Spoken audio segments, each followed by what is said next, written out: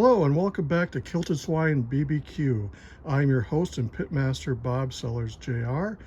And if you'd like to learn more about myself, my hobbies, you can check out kiltedswinebbq.com or my Weird Wild West books, sellersjr.com. I've also set up a shop with my logos and whatnot at shopkiltedswinebbq.com if you're at all interested. Tonight we are going to do a fairly simple cook on my Akorn Kamado. We're going to do some slices of pre-cooked prime rib slices that we get at the grocery store over here at IV.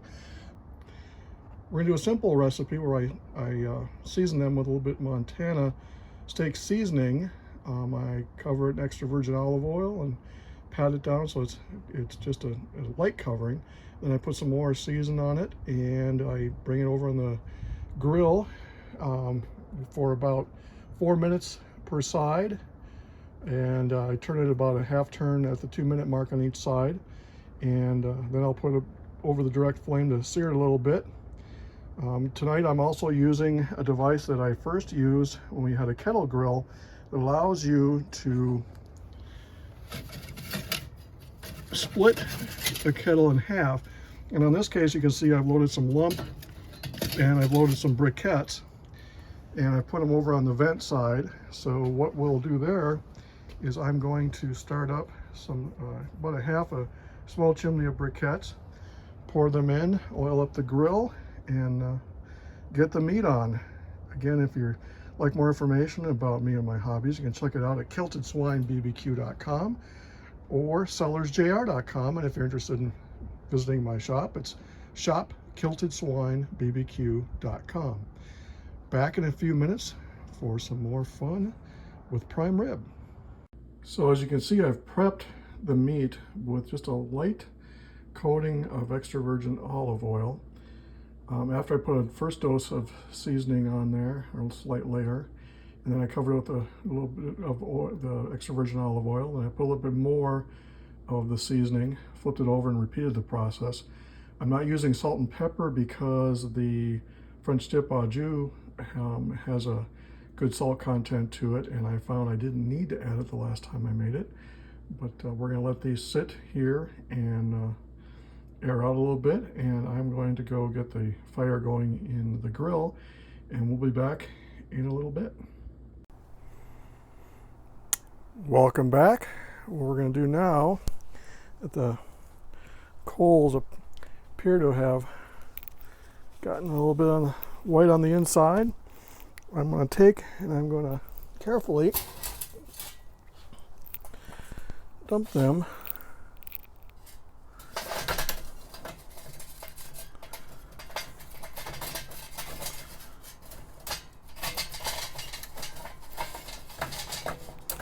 It's all right if you miss a few that drop into the grate.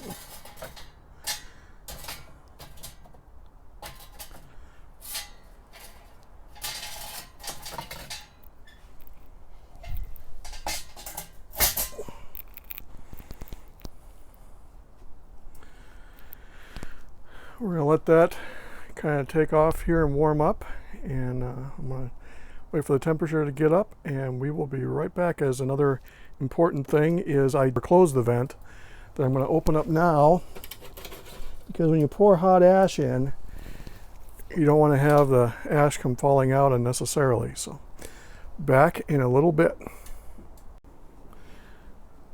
Hello and welcome back. As you can see by the AJY off to one side there, we've reached about 408 degrees. So I am going to burp, just to be on the safe side. Is good practice. And now I'm going to spray some Pam over the grill grates.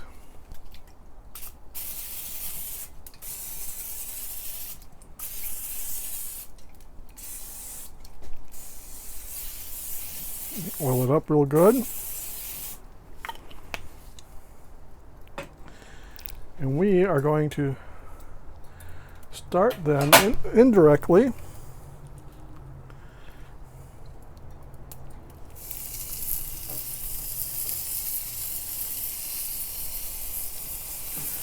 close to the fire, but not quite over it. And now we're going to let that go for about 2 minutes. Now what I'm going to do is just turn them a little bit.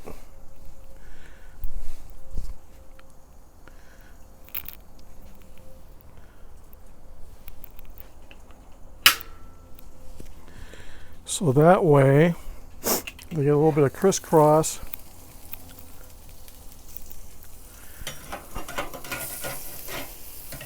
Just do about a quarter turn.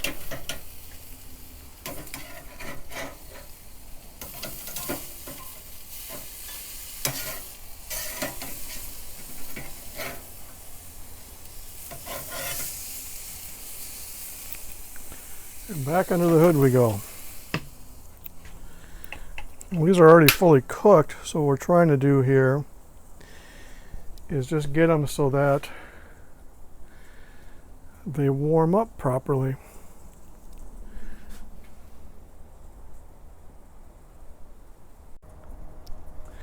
So now what we're going to do is flip them over and repeat the same process on the other side.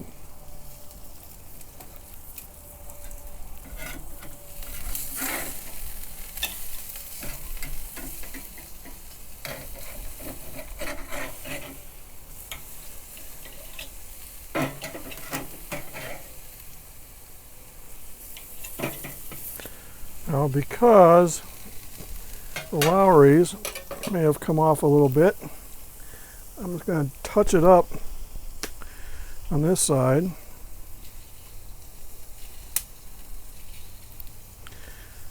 And that'll be enough of that for the next bit.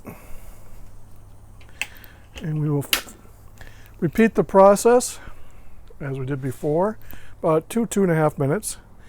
And I will turn them a quarter of the way, and then we will get to when we're going to sear them.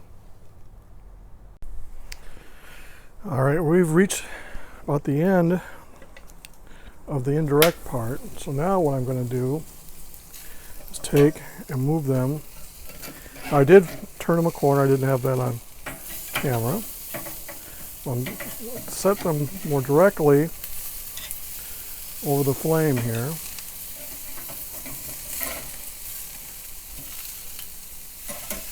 To get a seared effect.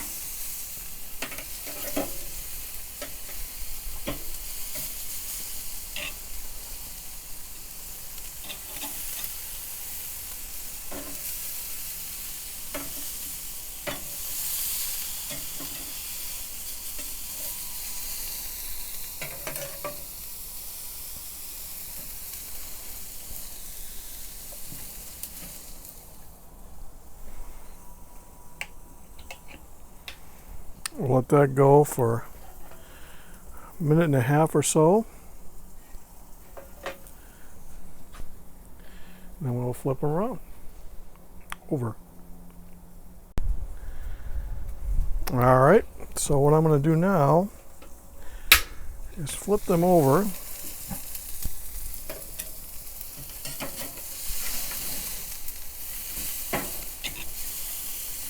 You see they have nice grill marks on them.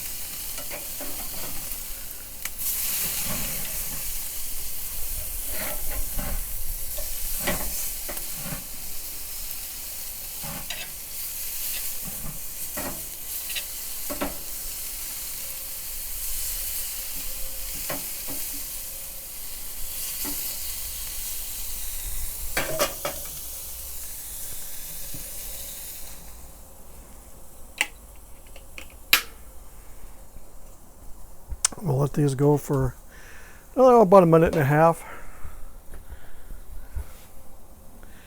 and we'll see how we turn out here.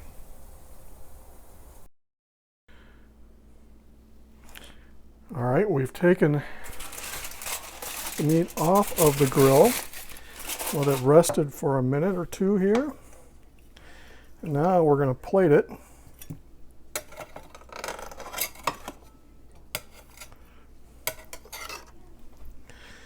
And the final touch there's going to be a little bit of au jus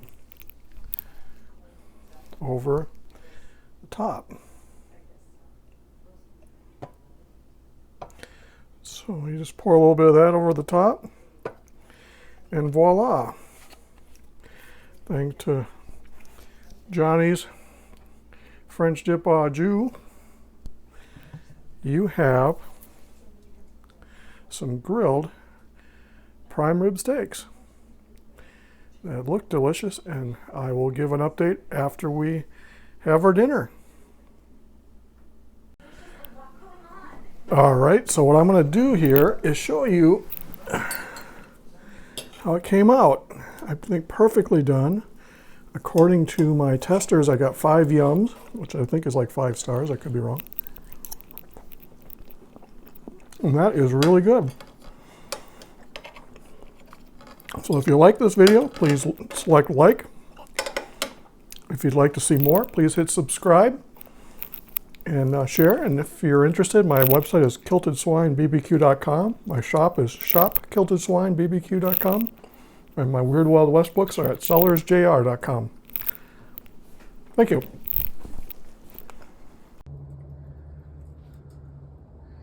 As a last bit of addendum, I just wanted to show how easy the cleanup was by using the half basket.